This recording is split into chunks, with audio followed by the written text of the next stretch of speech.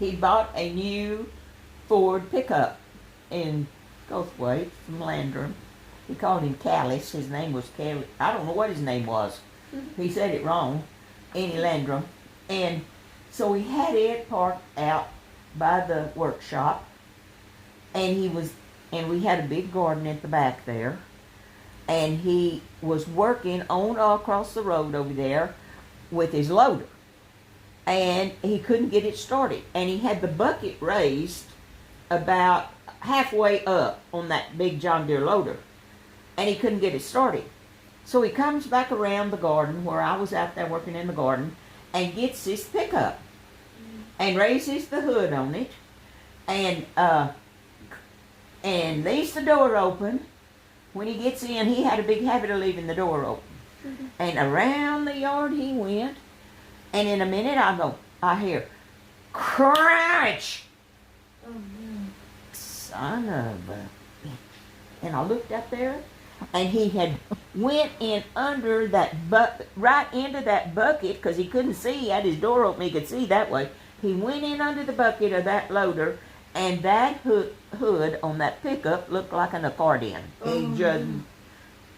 Oh, mad. He was so mad at himself. And so he gets out of the pickup and he comes around the garden, and I'm going, what happened? He never said a word. He just kept going to the house.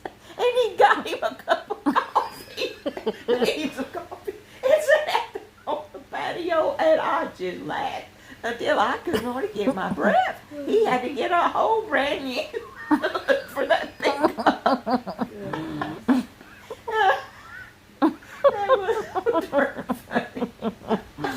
I was into that one. But he's pulled some more. He pulled much more. And the thing of it is, he was always in such a rush, you know.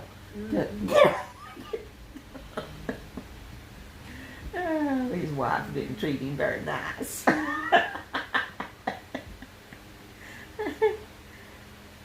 After he got sick and cancer real bad, I told him, after we found out he is as bad as he was, he said, I want you to put me in the nursing home. I don't want you to have to tend to me. Because he didn't have very long to live. We knew that 3 months, or if he took treatments later on, it was 6. But anyway, at that time it was 3 months, about. And I said, no. No, he said, I'm serious. I don't want you having to be lifting me and everything, because with your back being so bad.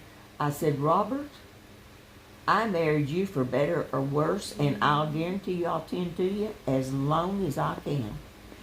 And so then it got to where, and it wasn't, he would not let me lift on him at all. He was still pretty strong in his arms and everything. And he could get in his electric wheelchair and all that after we got that far. And so